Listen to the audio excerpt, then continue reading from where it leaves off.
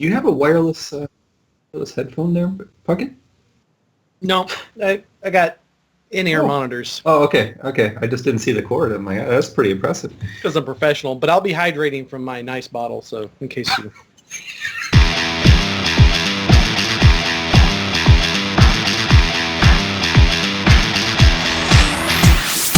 Well, hello, Matthew. How's it going today? I'm doing well, Ryan. How about yourself? I'm doing well. And Colin, we have a guest today, Colin Cole, one of our distinguished peers. Welcome, How Colin. are you doing today? I'm doing fantastic. Thanks a lot for letting me join your very cool forum that you guys have put together. It's really, really a neat thing that you guys started. Uh-oh, he called it cool, Ryan. We're in trouble. Yep.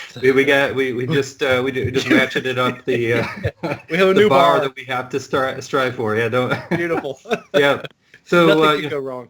That's right. So in the past, we talked a little bit about containers and how deploying applications in containers, specifically Kubernetes, and about how customers have benefited from removing some of the infrastructure that they have to manage, and had a pretty rich conversation about how to go about doing that. And today, I know, Colin, you've got some stuff to show us about Service Fabric, which is another type of container technology, and specifically about how you've helped some of your customers, or actually a specific customer, move a portfolio of existing applications that they have into a different, a newer hosting model, a la containers, eliminating the need for them having to manage servers.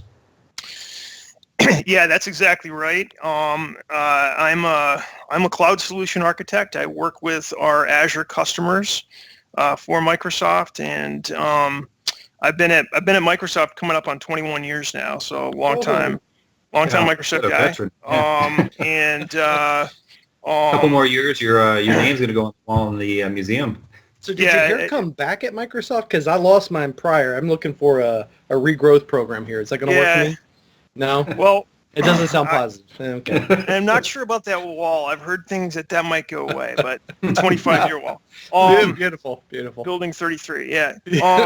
But this is a great gig. I mean, actually, this is the most fun I've had at Microsoft in any of the roles I've been in, working with Azure. It's just a lot of fun. It's a great space to be in. Yeah. So our program is taking these complex nuances of cloud computing and trying to distill them down to something simple that our audience can understand, and looking forward to kind of seeing what you have today for us. Okay, well, fantastic. And what I'm going to be discussing is, basically what you can do with Service Fabric in terms of, Windows applications that many customers do have lots and lots of, and, basically modernizing those and optimizing them, and leveraging a clustering technology to do so. Cool. Yes. So looking forward to it. So one thing that I've had customers ask me about personally, so when to choose Service Fabric over another container type technology or capability, so something like Kubernetes or Mesosphere or something along those lines. So what's your opinion? Yeah, no, it's a great question. In fact, it's one that I even had something to I planned coverage of, because that's one that we get every time. I mean, there's basically this is getting into a little bit of the content, but there's many containers are now sort of this ubiquitous way to deploy code. That's industry supported across the industries, right? And we've done we've wholeheartely adopted this within Azure and within our Microsoft technologies, across the various different services that Azure has, that provides, and as well as on-prem. And so it's a way to take something and deploy it in a much simpler, there's a lot of benefits to it, regardless of what platform you're on. Service Fabric is this hosting technology that we've had from Microsoft for a long time. We built it internally, and as it turns out, it actually orchestrates and runs 30+% of the Azure cloud. So 30+% of our compute nodes that are in Azure are being orchestrated by Service Fabric. It's a generic orchestrator. It can orchestrate executables. It can orchestrate web code directly. It can orchestrate what's called a reliable service, which is a Service Fabric compiled API that's supported, and if you develop that, you can write like a stateful service, and Service Fabric will manage the state for you and move it around. So you're basically reading and writing locally to memory, and it takes care of making that highly available across a cluster. So it does that as well, but it can also do containers, and it can do it for both Windows and Linux. So it's a generic orchestrator that is very, very mature. It's been around a long time. It's a first-party service that we built from in Azure. And actually, we just recently open sourced it. So it's now an open source public domain service as well that anybody can contribute to. There's lots of reasons to use it. There's obviously some overlap with something like Kubernetes in what we're doing with our Azure Container Service within Azure that now runs managed Kubernetes, right? So there's, depending on what you're doing, if you had a Linux service that you wanted to, or a bunch of Linux microservices and or containers that you wanted to host, there'd be choices. Which orchestrator do you like better, and which you'd pick? But then there's many cases where Service Fabric is just a natural fit. Specifically, if you're working with Windows code, it supports Windows containers, and it has for a while. That's preview in many of the other services like Kubernetes, and it's very, there's just a lot of capability, and it's very mature. But that's actually only part of the answer, because frankly, there's also like our app services service, right? Our app services service, we just announced a build this week that we're going to support Linux containers natively now, and generally available in app services, and we're also supporting Windows containers in preview. So when do now a customer has to ask themselves the question of, hey, I want to run this application as a container. It's a Docker container. Do I run it in Service Fabric Kubernetes, or do I run it in app services, right, where I don't have to set up anything? And there's a whole set of sort of concerns that you'd want to look at there, which you'd pick. That would make sense. Okay. We also have other services too, but anyway, it's a big topic. I suspected as much. I just, that's kind of the first thing that comes to my mind when I'm talking with customers when they have an application, end-tier, traditional .NET application running, some line of business solution, where they're looking to migrate that to the cloud and eliminate, the component, the server component that they have to manage and maintain. So, right. I understand that you help the customer work through this. Why don't we take a dive into that and see what you did? Sure. Well, yeah. So I've been working with a few customers, and in fact, this week I've been out at the Build conference, and we've been presenting on this. I've been helping the Service Fabric team present on this at Build, and we delivered a workshop on it on Wednesday. And just got finished writing a white paper on it that the Service Fabric team is going to publish. So that'll be out shortly. I can't point it to you now. But what I've been doing is working with one of our largest customers over the past year, basically implement this. And they are one of our largest enterprise customers in Azure. And perhaps I could share out my deck here. So let me share my desktop. Okay, so jumping back in here. So what I'm going to be kind of focused on today is sort of the cloud optimization aspect of Service Fabric, specifically what it can do with containers. And as you look at sort of the cloud app continuum in the public cloud over the last couple of years, most customers, when they get going, they'll start off with lift and shift. They'll get workloads moved up to the cloud. They'll shut down data centers. They'll probably significantly reduce their costs and get some economic benefits out of it. However, what we see is that typically VMs will be over-provisioned for an app. An application might need to have 2 instances, even though it's only hit 10 times a day. It's an important app. They need to make sure it's up, so they end up having multiple instances of it. And yet they're doing nothing, right? And you see that all over the place. And so that second sort of tier is, all right, let's modernize and optimize these apps that we've traditionally run as VMs before. And that's where containers come in. So that's going to be the primary focus of this discussion. But then sort of moving up the the chain a little bit more is leveraging things like platform as a service, app services in an Azure world, moving things into something where you're not running on VMs at all anymore, and you're letting the platform kind of do things. That's another tier up. And then even further, now you're talking about a cloud-native application, a greenfield app that you start building in the cloud. You build it on top of microservices. It's not a monolithic application that you've containerized, but rather you might involve containers there, hosting the microservices, but it's a native application. You're using things like serverless and those technologies. And then, of course, we get into the AI future, where robots take over the world. Yeah, I was going to say, that's the Skynet, right? We all die. That's my favorite outcome. So from a service fabric perspective, what at least my customers have been saying about this is, they really want to reduce inefficiencies of IaaS, right? They're spending too much. The apps are not right-sized. It's also very difficult to scale an application that's running on VMs, right? You can't just necessarily auto-scale. We have something called VM scale sets, but it's difficult to set up an app across that and get true auto-scale.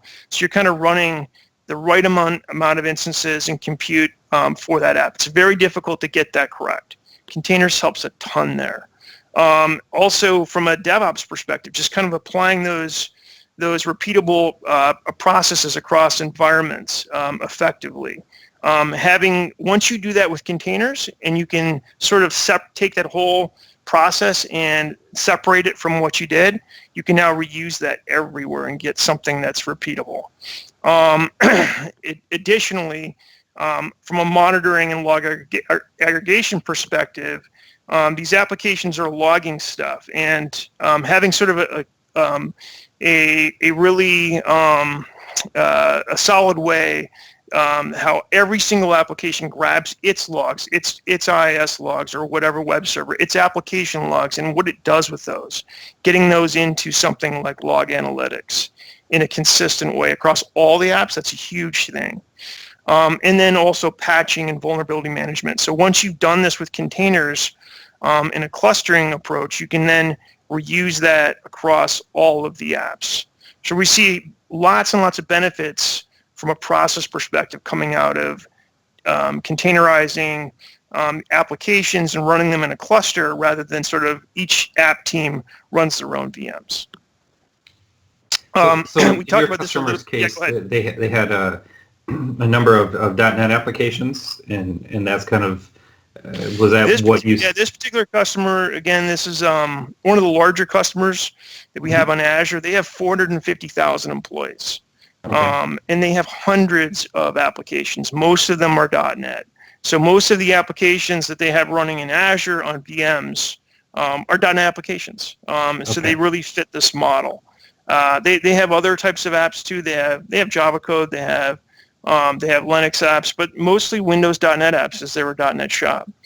So this is so Service Fabric was a really good play for them because it supports Windows containers and can orchestrate those.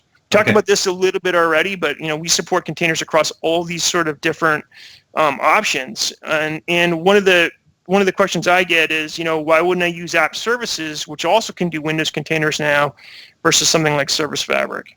And the real reason is app services, that's great. If you want to do a simple application, go with it. It's a PaaS environment. However, it's not an orchestrator. It doesn't do things like rolling upgrades of your app code. It doesn't do things like health monitoring.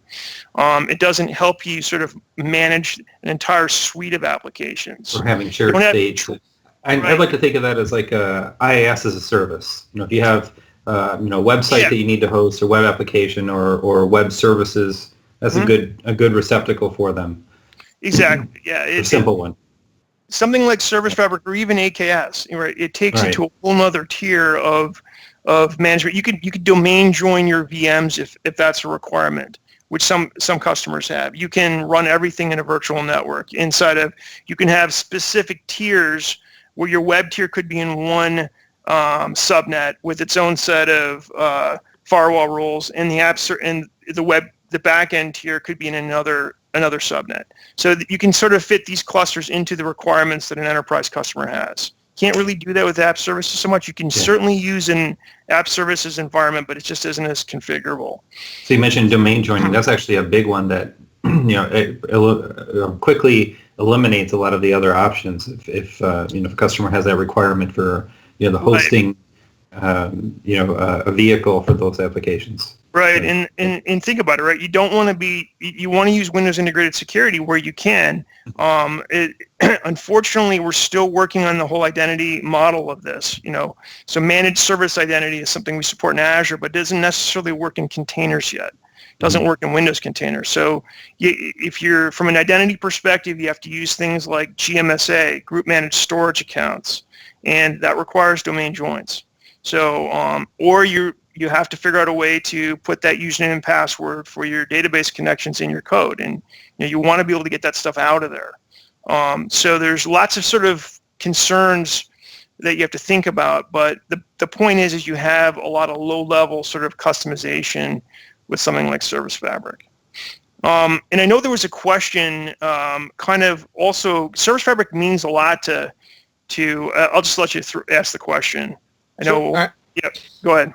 Yeah, so the question I've got because this is a very heated kind of topic, as Ryan will probably attest to, does it differentiate between when to use, to your point earlier, the different types of containers, was how people see Service Fabric is, and to the point that you keep drawing out here, is it's almost like a development platform on top of a container service itself. So orchestration itself, but then it's also providing services that simplifies maybe your development work stream. Maybe it's how you're dealing with state, I think was Ryan was mentioning.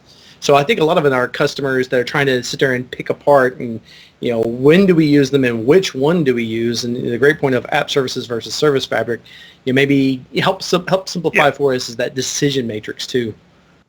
Right. So Service Fabric, let's be really clear on what it is. It is an orchestrator. It is a clustering technology that we built internally. We run our services on top of it. And it's a generic orchestrator, can orchestrate many different types of services, whether it's a microservice that's supported with a web API, or it's an executable, or a container that, like what I'm talking about. But it also has an SDK, and has something called reliable services that, with this SDK model, that's supported. So it can support stateless services, which is generally what most enterprises try to develop to, or it could support what's called a stateful service with its reliable services API that you can optionally build on top of. So if you want to code to that reliable services API, you get the ability of having this really, really cool state management behind your service where you read and write to memory. And what Service Fabric essentially does is it manages that state for you and moves it around the cluster. So you're always reading and writing locally, and if your service crashes, or if one of the nodes in the cluster goes down, the state's still there because it's been migrated for you and moved. There's a whole API for that. That's an optional thing that makes sense for some scenarios, for some types of apps. It doesn't make sense for other kinds of apps. Sure. Yep. I think that was the piece that you don't get that out of Kubernetes by default. So I think like I was dealing with another customer and we were dealing with state in a shared disk, and they're like, hey, it's whoever's writing last is the winner, right? When you lose that node, then you've got problems. And so I think that's the reliable services, and I think that was key. Thanks for sharing that. Is how customers start to differentiate. Do I want to use that? Do I So it's a specialty scenario. There's many customers that have built applications and services on top of it. It works great. For what we're talking about here is more of just sort of the general orchestration aspects of Service Fabric, where we're bringing applications in and we don't want to touch the code. We just want to redeploy it in a much more optimized way. So that's where sort of the whole notion of containers comes in. Do you find that individuals who have a mindset around containers, experience around containers, can jump across these different bridges of different container services, providers, us? They can. Okay. All right. Because a container ultimately is, it's all these container technologies are sort of built on the Docker format, the Docker standard. And so you ultimately have a Docker image that you've built and you use the Docker CLI to work with it. And because of that, when you containerize an app, you can basically move it to, you're not tied to one clustering technology necessarily, right? So you could just, if I wanted to, in this case I'm talking about Windows containers. So I am tied to Windows. However, I could take my application that I've built in Service Fabric, and I could say, you know what, I'd rather just redeploy it to app services for this one scenario. And you can. And you don't have to change the code at all, essentially. Nice. It's just a redeploy. Likewise, when you're developing, you can you can test that in isolated environment on your development machine, and maybe that's running Docker, and you want to deploy in production on Service Fabric. I mean, that's another, having that portability and that that Docker image is another benefit too. It's almost like a true mindset of utility cloud is now gives me that transference, right? We tried to do that in virtualization through VM standards like OVF formats, but we never got there ever. Yeah, and then you ended up with VHDs. I mean, they're portable, but they're you have 120 gig disks that you got to shuffle around. Right. So, yeah. Right. Okay. Right. Yeah, but this is absolutely the core benefit of containers is that portability, which plays right into those sort of customer concerns I mentioned before, which is the whole DevOps process. That lights up because of containers. The whole kind of monitoring. Once you put that in place for one application, you can reuse the same facility across all of them because you're now in this ubiquitous cluster that's running these containers, and you've built it so you can use the same approach for all of the applications, and you can really drive standards across your app teams in a more efficient way with this. With Service Fabric specifically, I mentioned it runs 30% of Azure, so it's a mature product that's been around for a long time. It just came out version 6.2 last week at the Build conference. It's got basically these kind of core things like health monitoring. I mentioned the over-provisioning problem. Let's say you do have that one app. That's a really important app. It has to be running, but it's only hit a few times a day, very, very infrequently, and so you end up having multiple instances of it in Azure for high availability. Well, with something like Service Fabric, you can now run that as a single instance because Service Fabric is a clustering technology that's monitoring all these services or containers, same concept. And it's looking at it and saying, hey, that service always has to be up. And if it's a single instance service, if it dies for some reason or the whole node comes down that's running the service, it'll start it up automatically in another node. It could be down then for a minute or two. If you can deal with that appetite, well, then you could run it as a single instance service and really cut your costs. Also, once you're in Service Fabric, you can then decide, hey, this thing needs less resources. It's not doing anything. You're constantly monitoring that with sort of a continuous monitoring approach, saying, okay, it's only using 5% of the CPU max during the day. Let's drop the resource constraints of this service down and give it to something else. So you have that ability to really move the bar across your services, your containers, and then stack them up and get much better usage of the hardware. And have something sort of monitoring all these apps in a cluster. That's the benefit. Also, when you're doing an upgrade, it'll do a rolling upgrade. So if it is running on multiple nodes, it'll bring down one node, upgrade it, put it up, and then it'll take down the other node for you, the other container, or as many containers as you have, and roll that upgrade through basically all the upgrade domains that are sitting behind the cluster. It does that. It does both Windows and Linux. It's now open source. So it's truly a great platform for running apps. Won't spend much time here at all. Just mentioning this real quick is Service Fabric, just like AKS or Kubernetes, has some primary services that come with it. And typically in a production scenario, you'll want to run 5 or more. 5 minimally is typically the number of nodes that run the primary services of Service Fabric. You can actually mix container nodes and primary nodes together, but you have the ability of having something called a node type, which allows you to. A node type is effectively a virtual machine scale set. And you can set it up so you can have the primary nodes that run the Service Fabric services on a certain size Azure virtual machine, have 5 of those instances, which is recommended for reliability and for production scenarios. And you could have them be on DS1s if you wanted, if that made sense. And then you can actually have your application node type perhaps live in a different subnet. So the primary nodes are entirely internal. They're not exposed at all. There's no public endpoint at all out there. But perhaps the application containers are living in a different node type, virtual machine scale set, where you want that on a subnet that has a public endpoint, because maybe you're going to call into those applications through a public endpoint. So you can totally do that. So you can really tune this to the way the enterprise wants to run their infrastructure, which is really nice. So 2 questions. You're working with a very large customer, hundreds of thousands of employees. Right. Maybe a more typical customer that might have a smaller enterprise, and you mentioned starting point of needing 5 primary nodes. So if a customer is making some decision points about rationalizing their portfolio of applications, would it make more sense to decide upon using this as a direction that they're going to go as an organization, and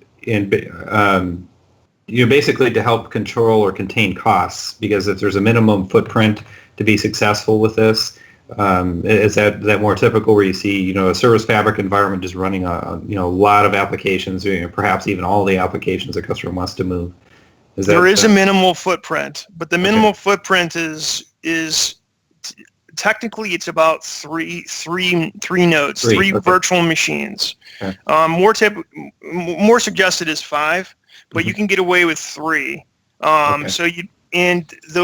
So I show those as primary hosts in this sort of picture here.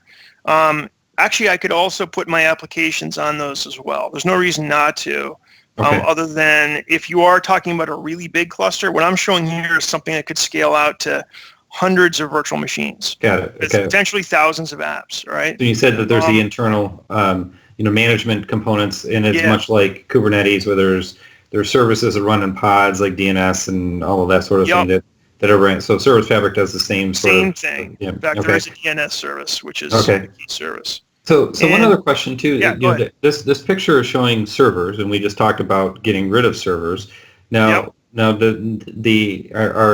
our service capabilities provides mechanisms for a customer to very easily not have to concern themselves with at the end of the day, there's servers have to be provisioned to be able to support this, but we abstract that away, do we not? We do. So basically, you can create these clusters using our portal, but more typically you'll use an ARM template and you'll customize it a bit. Something you'll do, you'll create that ARM template, you'll get it sort of optimized for your scenario, so things are getting deployed into the right subnets and you have the right security rules around stuff. But then once that's done, you can just stamp out new clusters as necessary. You don't have to have just one cluster. You might have 2 or 3, depending on scenarios. And again, you have a lot of flexibility, so you can get the most use out of those VMs. Service Fabric services don't really take a whole lot of processing. So I show this having a dedicated 5-node cluster for just 5 nodes just for the Service Fabric primary nodes, but that's for a really big cluster. And there's documentation on this in terms of getting this right, but you have a lot of flexibility here. And then for dev and test, you could totally do something where even down to a single node with your apps and the Service Fabric hosts. I've ran this personally on my laptop, for development purposes. So I just wanted to highlight that. I sort of a directional question, I guess I kind of knew the answer to. I just wanted to highlight that just because you think 5 to 7 servers, and that might take a typical customer. They go, oh my God, that's a lot of infrastructure. So Okay. I'll just just one. point out one more thing too. Is at Build Conference we announced, Service Fabric team announced something called Service Fabric Mesh, which is the new serverless way of doing this. So that's coming out. It's in private preview now. Basically, it'd be very similar to AKS, where AKS now, if you're using our AKS service, you don't have any primary hosts nodes because the service takes care of that for you. You just kind of worry about your application nodes. Service Fabric will work the same way. So in Azure, if you want to use our mesh service when that's available, it'll get rid of these primary nodes. It'll take care of that for you. And it'll still allow you to run your application nodes in your own virtual networks if you want. Yep. Service Fabric in our regions, does this cluster deploy across regions in a single region? Then you have to deal with region durability, architecture as well, to help me understand. It's a single region typically. You actually could, you can deploy these across zones. So for an Azure region that supports availability zones, like East US 2, for example, you can deploy this kind of a scenario across zones, and there's guidance on how to do that. But normally you'll want a node type, which translates to a virtual machine scale set Azure resource behind the scenes. You'll want that in each zone. So think of this as a regional construct, but you could definitely have multiple clusters across regions that are working together in some fashion as well. Okay. Just that a cluster itself will be inside of a region. Yes. Yeah. Okay. Okay. So good background, and then thinking about this again in the context of the customer you're working with, and how they selected. I think we've already ascertained some of the rationale behind or reasons why they decided to go this path. But taking an application, what would be your steps to host it inside of this environment? Perfect transition. So let's just show how this works. And what's cool about Service Fabric is you don't need to have really anything in Azure to get started with it.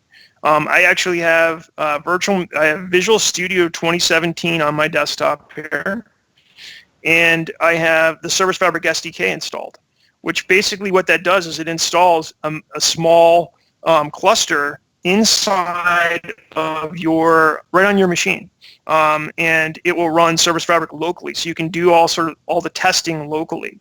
Also, I have Docker for Windows running, so right there, and so I can, as I'm building out my application, I can containerize it and run it right in a Service Fabric cluster on my own machine without having to have any Azure resources provisioned at all. So there's a great dev experience here just from a testing perspective, and especially if you're going to use the Reliable Services SDK that we were talking about earlier for stateful services, you can do that all locally too. So anyway, what this scenario here that I'm talking about is a stateless web application, a .NET web application. You can basically, the idea here is that you take your code and you containerize it as a Docker container without having to touch or change the code. That's sort of the idea. And then you package it up as a container, deploy that to a cluster, and you get all the benefits that we've been talking about. So how much effort did that take? So if a customer has 50 applications, is this a pretty quick thing? Is this a lot of effort that needs to be done to do that sort of thing? Yeah, great question. It's potentially pretty quick. Like anything else. Once you know how to do it, you can oversell it as so easy and anybody could do this. Right. It's always more complicated than anyone's going to tell you it is. But it's not super complicated. So basically, there's a process behind this, and we've tried to document it in the Service Fabric team as well. Basically, and actually Docker has as well too for Windows containers. So what you're basically doing is you're opening up your application inside of the dev tool that you're working in. You're turning it into a Docker container. You're building that container, Docker build command. You're tagging it, and then you're pushing it to your Docker registry, which in our case would be the Azure container registry. And then once you've done that, you just tell Service Fabric about it, and it's it downloads it, pulls the image in, and starts it up. Because it's so easy, there's a whole DevOps piece of this we won't get into in this call, but you can absolutely automate every aspect of this. Okay. So what a customer would do is, if they're getting started, is kind of what I did. I open up my application. This is just my app, right? I've not done anything with Service Fabric here or Docker. I'm going to go ahead and start it up. So I'm just basically, IIS Express right in my browser, right in my dev IDE. I will start this, and it will go ahead, and I'll just drag my browser down here. And it should start this very simple website. And this is just kind of a sample web application for .NET, just to show how this would work. This has a few tiers to it. It's not super simple, but it's just it's a .NET 4 5 application, and it's called eShop, and it's got features. If I hit create new here, it should launch a dialog box and allow me to create some new records in this experience. I'm not going to go through the application. Give it a second here as it processes on my machine. Okay, so anyway, a bunch of forms, right? So I'm going to go ahead and stop the app. The app works. This is just what you would do if you're just getting started. Now you want to bring this into the container world. I mentioned I have Docker for Windows running on this machine. So as such, I can open up my command line experience that I want to use. In this case, I'm going to use PowerShell. And I can see here that I do have Docker running. If I run Docker images, it'll list off all the images that I have on my machine here. And it's running a little bit slow. I was going to say, the lights in my house are starting to dim, Colin. You're drawing power from my house. What's up? So just give it a second. It will return. I think I have a process running that's sucking up a lot of CPU on my machine right now, and I'm not really sure what it is. Yeah, it's called Skype. Yeah, there it is. Anyway, so there's all my Docker images. So I've brought down images on my machine already, so we won't get stuck here.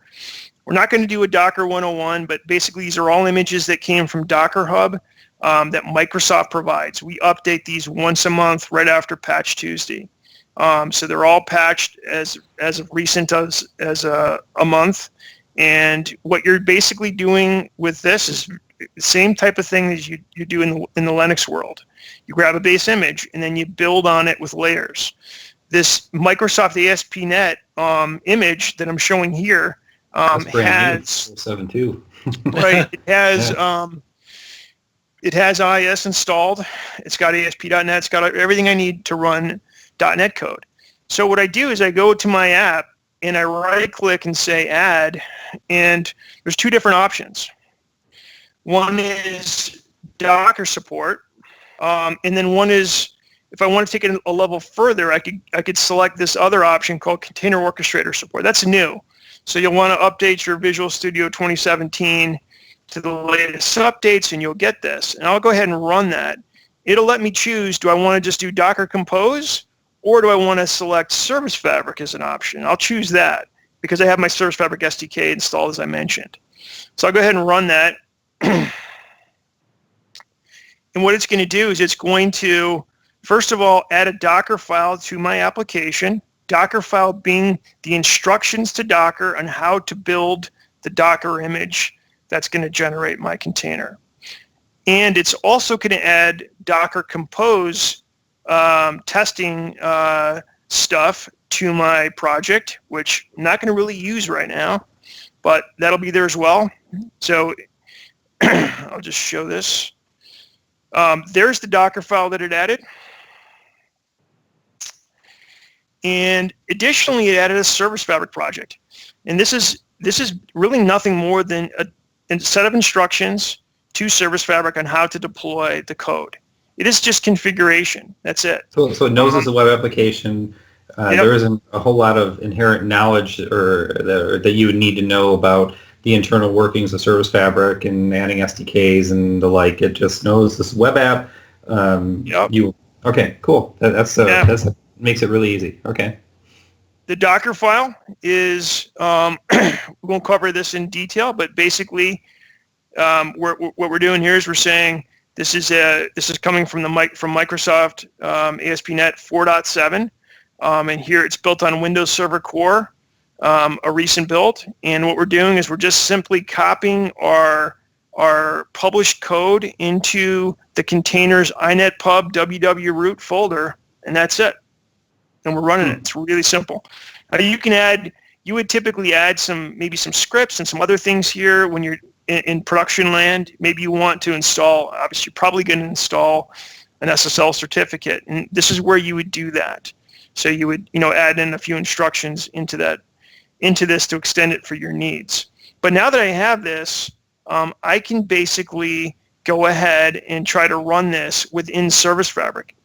If I wanted to, I could go back into Docker and I could start building this right from Docker. I'm not going to do that, but you can see here that it did actually create a dev image of this eShop application. So it built an image as part of this. So it actually did a Docker build for me in the background just to set this up so I can start using Service Fabric right away. Just a couple of steps here that the Visual Studio team did to kind of accelerate the development. Now all I need to do here is pretty much just go ahead and deploy and run this. Service Fabric has two kind of key configuration files. It has a service manifest and an application manifest. Service Fabric deployment projects are built in. It's basically deploy an application which has one or more services. In this case, it's only going to have one, and you tell it that what port you want to listen on. See the instance count in there, so that's where you define that. Yep. Define your containers. In this case, I'm going to deploy it to every single host in the cluster, which is what -1 means. But I could say I want this on 2 instances only, and I would just change that to 2. And by the way, Service Fabric has the ability to auto-scale containers now as part of 6.2. So you can create rules to say if the CPU of any of the containers reaches a certain threshold or memory, then you want to add another container to the cluster. So that's all automatic, which is as of the build conference. And then here is my image. This is a local image that is on my machine because I'm running in my local cluster. If this was up in Azure, I would be telling it to use the Azure Container Registry, and I would create the image name and push that up to a container registry. Then Service Fabric will automatically do a Docker pull and pull it down. So I'm done. Basically, I can just now right-click here and I can publish this. It's really pretty simple. And when I publish like about that tooling is you don't have to be aware of kind of the XML schema, what config files have changed. It's that was literally done with a click. I haven't typed a single thing in. Yeah. That's an important note here. And since I'm deploying locally, what's going to show me all of the clusters. I have a lot of clusters out here, and it knows about them. So it'll point those out. Those are in Azure. But I have my local cluster, which is running on my machine, which is what I'm going to use to test this. So I don't need a container registry in this case. It's just going to use my hard drive as the registry. And I don't need to version this because I don't have multiple versions. And I'll go ahead and publish it. And we'll watch what it does. Service Fabric has a web experience for its management tier, and this is it right here. And as we see this thing start to deploy, we'll see the application light up inside of the cluster. So that'll just take a minute or so for that to happen, and it'll get pushed up here and then deployed. And by the way, everything that it's doing here in Visual Studio, you can do in PowerShell. So there's just a couple really simple PowerShell commandlets that does the same thing.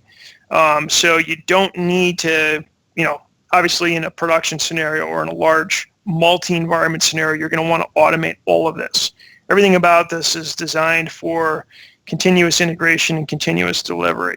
And you can even use non-Microsoft tools. You could absolutely use Octopus to deploy if you wanted. It's really simple to use. VSTS, Visual Studio Team Services, though.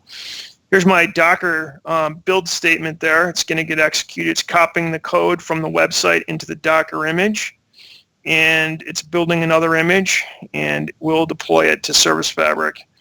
in just a minute here. It tagged it. Now it's doing the deploy.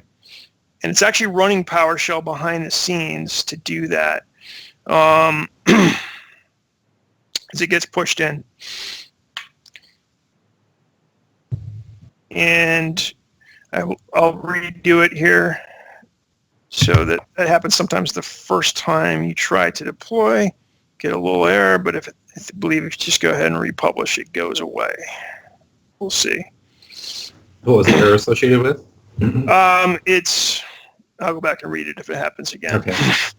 Yeah, it actually was in the output window. Okay. So say obviously you didn't buy off the demo gods today. Uh-oh. No, but I've seen it do that before. Yeah. We basically did a workshop on this at Build last week, and we had 100 people in the room doing this in parallel. So Oh, good. yeah.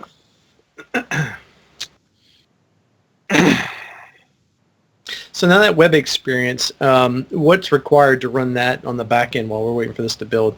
Just as customers might want to think of like, oh, that's cool. You know, I've got some monitoring capability. You know, where do I tie that into? Yeah, great question. So it's simply just a website. So it doesn't require much at all. The website is hosted by Service Fabric primary services. So those primary nodes actually push out the web experience that you see. And all you need to be able to call it is a certificate installed on a particular machine. So it's actually an important point because you don't want anyone to be able to get access to that.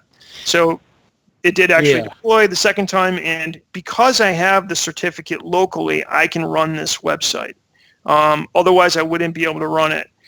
So normally what you do is, kind of going back to that slide deck I showed a second ago, in a production scenario, you would almost always want these primary nodes hosts to be internally facing only.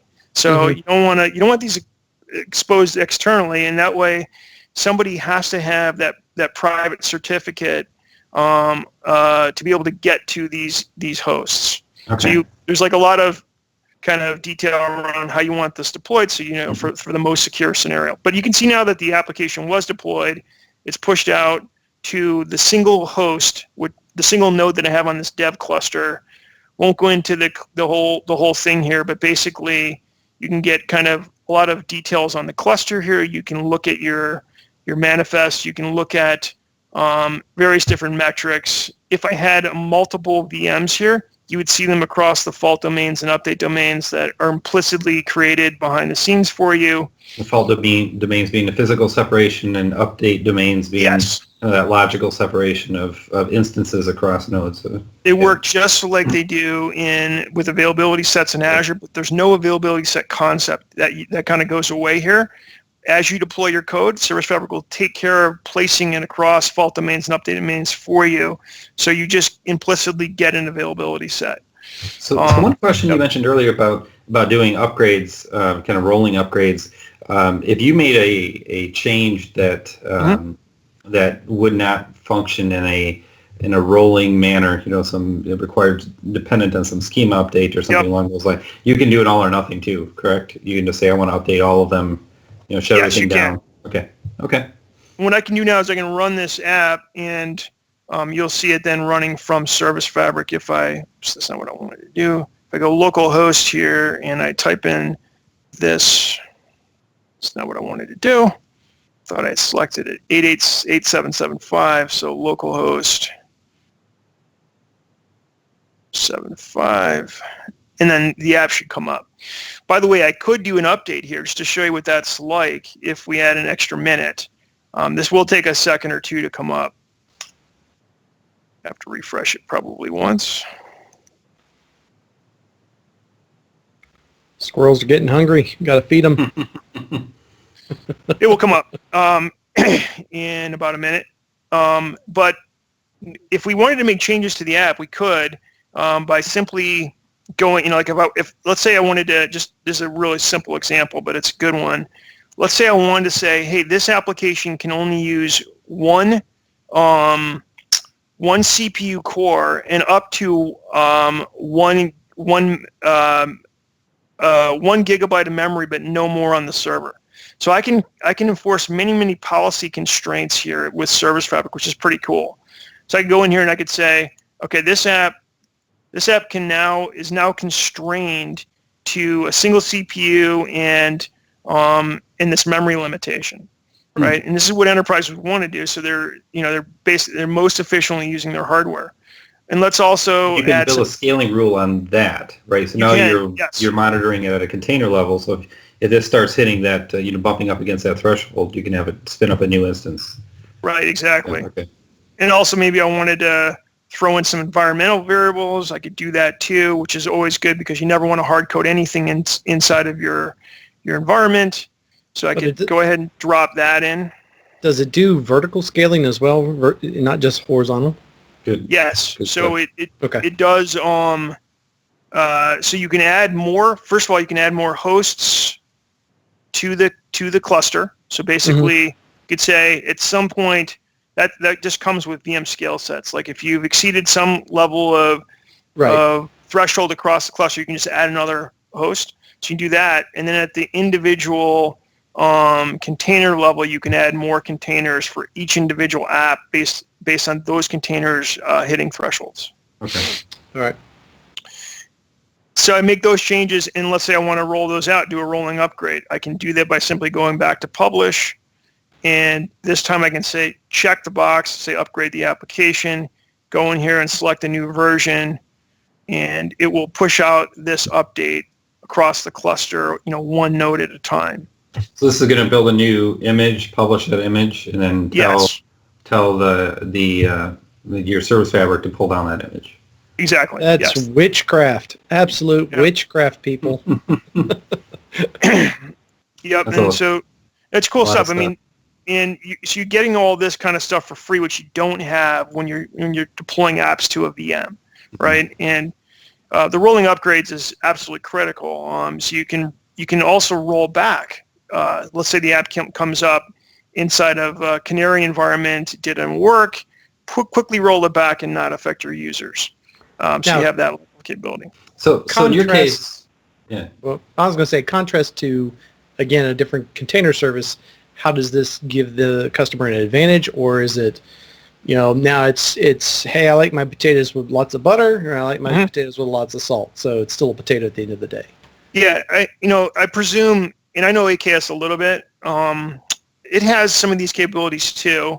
Right. Again, so there's a lot of, they're very comparable what they can do, those two. In terms of something like app services, notice here's the new app that just popped up here, and it's going to start pushing that in. Okay. And look, you can unprovision it if you didn't like it. Yep. And then this will turn red here in a second too, because I only have a single instance. So the app is going to die for a little bit as it gets pushed on through the cluster.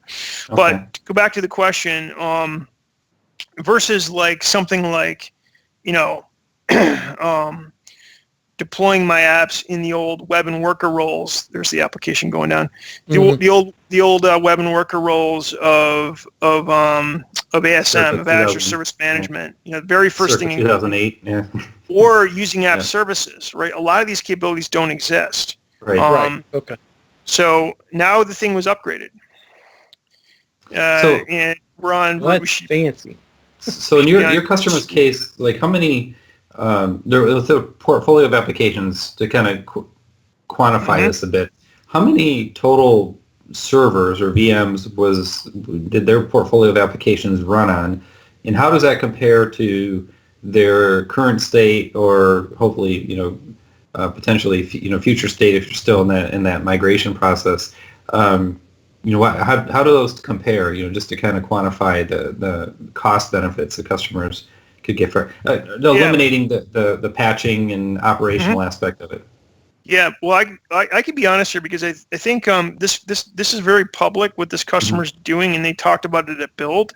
So because of that, I can probably just talk about it here, and then we'll get into exacts of what they've done. So this is the customer in this case is Accenture, their internal group. So Accenture CIO, as they call themselves. So that basically it's internal IT. We have something similar at Microsoft called MSIT. So these guys basically write software and run all the apps for the 450,000 employees. They talked about this at Build and what they're doing with it. They're early on in the process, so they're just getting going, and so they have 9 or 10 apps already lined up for this clustering that'll get deployed. None of that's in production yet. It will be in the next month, sort of their plans. And then they're hoping to start really rolling on a lot of applications, as they publicly talked about. But it's early days, so I don't want to, that's really kind of what's happening. Okay. Sure. I was just trying to kind of compare and contrast, what the environment that these applications came from look like, versus what they're going to. But that's, it sounds like that that's still in progress. So we'll find out more details as it unfolds. But one thing to show you really quick, because I remember I added this resource constraint. By adding a resource constraint, by saying this app can only run on 1 CPU and 1 gig of memory, what happened was this all lit up. This wasn't even there before. Now we're saying, hey, this is constrained to using 7.8% of my CPU and using 33% of my memory. So we now have these capacity constraints applied to this, fictitious cluster that I have running on my machine for development purposes. So this will all show up now because we have those constraints. And this is a best practice, obviously, to do this. Yeah. Cool. Yep. I'll stop there. Any other questions? No, that's really good stuff. Like I said, this is, traditionally, I have a development background, but I know that when I talk to some of the IT ops, folks, the customers I work with, actually containers in general, but certainly Service Fabric specifically, tends to be more of a complicated concept for them to grasp. And I think that you did a good job of kind of distilling down kind of the benefits.